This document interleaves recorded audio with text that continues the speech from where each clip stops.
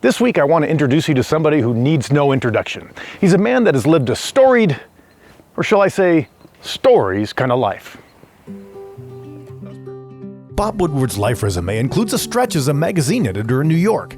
But when he arrived in Bend in the 70s, it was far from a thriving metropolis. Some friends had a restaurant down on Wall Street, Pat and Mike's, and they used to tell their employees, park in front so it looks like we're busy. You could roll a bowling ball down Wall Street and not hit anything. He's been around the world covering the Olympics 5 times. But closer to home, he's also been one of Bend's mayors, with a pretty solid and creative platform.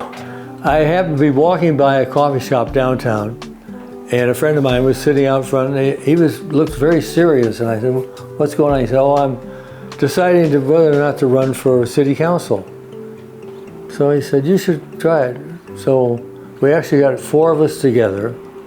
We called ourselves the Men Without Ties. It meant we didn't wear them, and no ties to the developmental community, and we won. Bob is credited in having helped invent the sport of mountain biking. He even wrote what is widely considered the Bible of mountain biking. If you look at it, there are a lot of Bend people in the pictures. And I had somebody here the other day was going, oh, look, oh yeah, I remember him. Oh, what's she doing there? So I use locals as my model. If you've ever made it to Phil's Trail, Woody's name may sound familiar. Back in the day, they named a trail after him that was a sort of comeuppance. Coming along riding, I saw somebody making a new trail, so I followed it. It was kind of ho-hum, and I thought, what the? And I ran into a trail builder, and the guy, Ken House, who was a very good trail builder and knowledgeable guy. And I said, boy, that was kind of boring, that first part. And he goes, I'll get back at you. And even when they said, the Forest Service said, oh, name the trail. Okay, let's call it Woody's Way. So it's his way of jabbing. And if you're a cross-country skier like me and the name Woody's Way also rings a bell, well, that's because there's yet another Woody's Way at the Nordic Center. And with Nordic skiing, he wrote 2 books. The first one I wrote was pretty much a basic training for skiing and ski racing. And then the next one was a technique book, pretty much. And guess what? None of them are bestsellers, but they're fun to write. While some may remember Bob as a photographer, editor, or writer, many might just remember him for his 2 alter egos. When we mountain bike race, it got to me, people were getting too serious. So I came up with Art Deco, and just the names just appealed to me.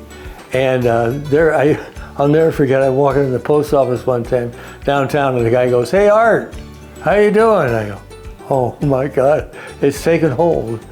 And then for other sports, I invented Reverend Lester Polyester. The good Reverend had a way of making an impression on the leaderboards of the races he was in. The guy in front of me goes, holy crap, a minister got 4th. And finally, I couldn't help but ask the man of 1,000 great stories what his favorite Central Oregon story is.